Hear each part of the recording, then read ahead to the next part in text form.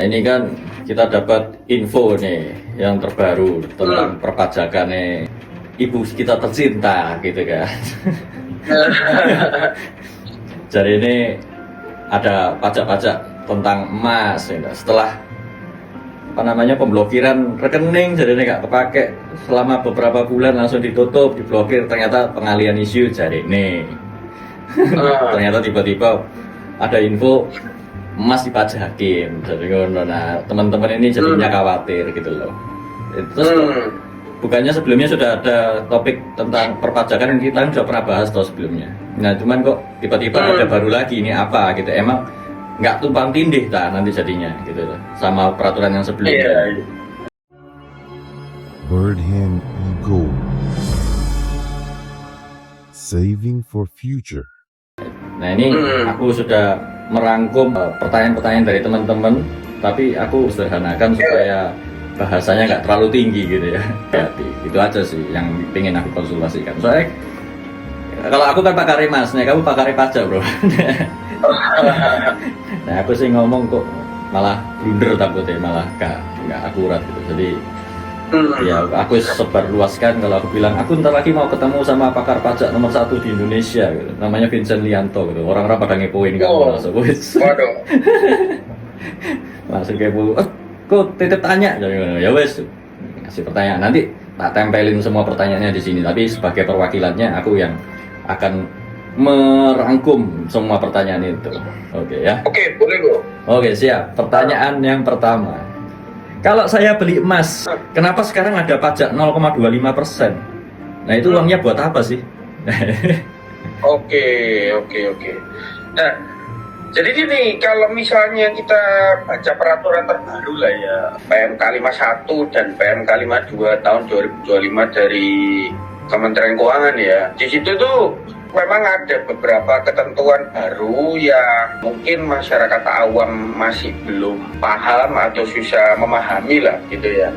Perlu diketahui pungutan pajak 0,25% itu kita harus lihat terlebih dahulu siapa pihak-pihak yang bertransaksi gitu ya. Nah, karena dijelaskan secara detail kok sebenarnya di peraturan tersebut, tapi karena ditulisnya dengan bahasa yang hukum ya kan, orang susah memahami. Nah, kalau kita itu dalam transaksi berperan sebagai konsumen akhir, kemudian kita beli dari pedagang emas batangan ataupun perhiasan, itu di PMK tersebut dikatakan bahwa kita tidak akan dipungut pajak 0,25% itu ya. Nah, yang dipungut itu siapa untuk pajak 0,25% tersebut gitu kan ya. Yang dipungut itu adalah lembaga jasa keuangan bulion ya, bahasanya gitu, lembaga jasa keuangan bulion. Lembaga jasa keuangan bulion itu seperti apa? Seperti manajer investasi reksadana ya kan, kemudian bank-bank penyelenggara penyimpanan emas fisik maupun digital gitu kan ya.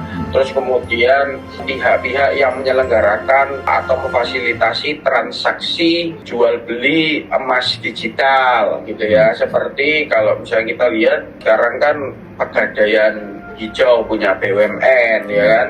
Pegadaian sekarang juga bukan BUMN, tidak sepenuhnya langsung dimiliki oleh pemerintah ya, sekarang dimiliki oleh BRI ya kalau nggak salah ya kan.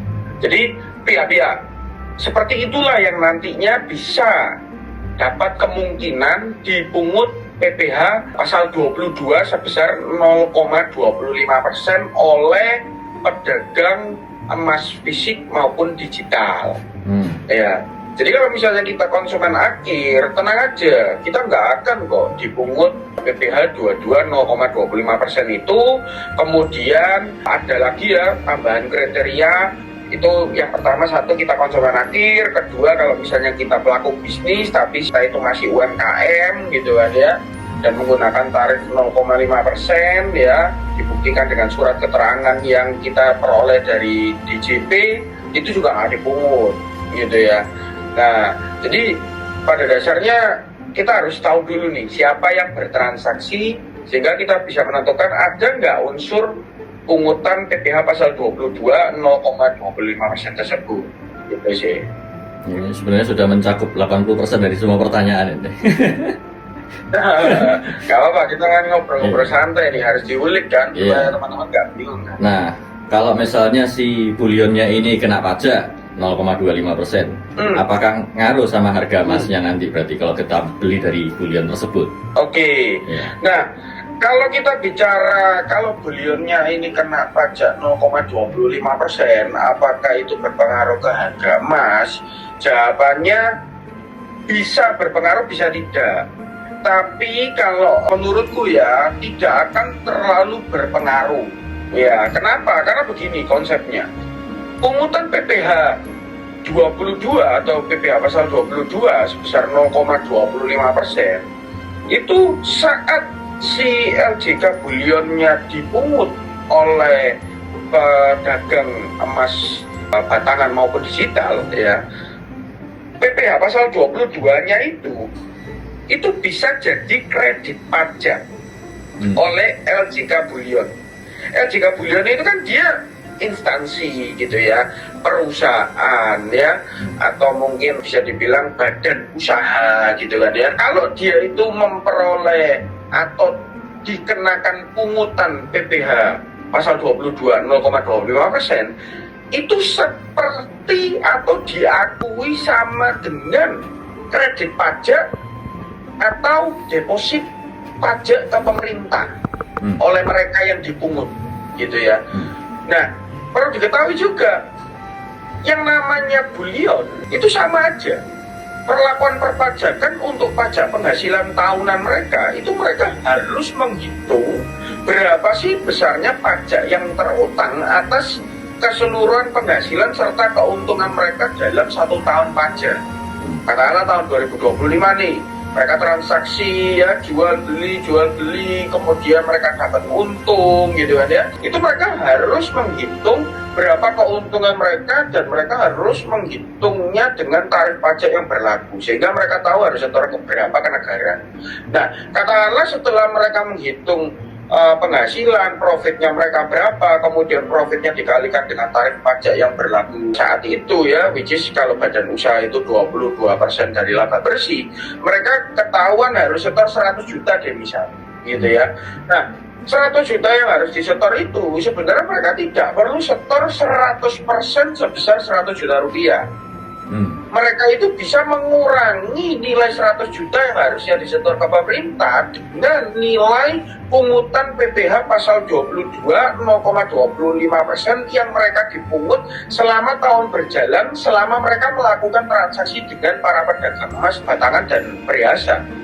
Begitu ya. Nah, jadi bisa dibilang pungutan PPh pasal 22 itu semacam deposit. Itu bahasa bayinya.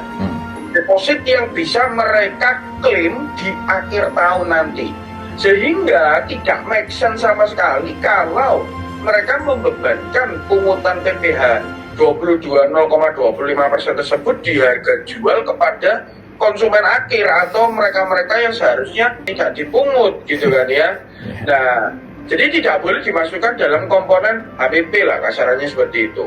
Karena itu deposit yang masih bisa diklaim dan dimanfaatkan di akhir tahun oleh mereka, bukan sekedar uang menguap saat dipungut, ya sudah uangnya hilang dan dianggap sebagai tambahan kos untuk perolehan emas batangan atau perhiasan.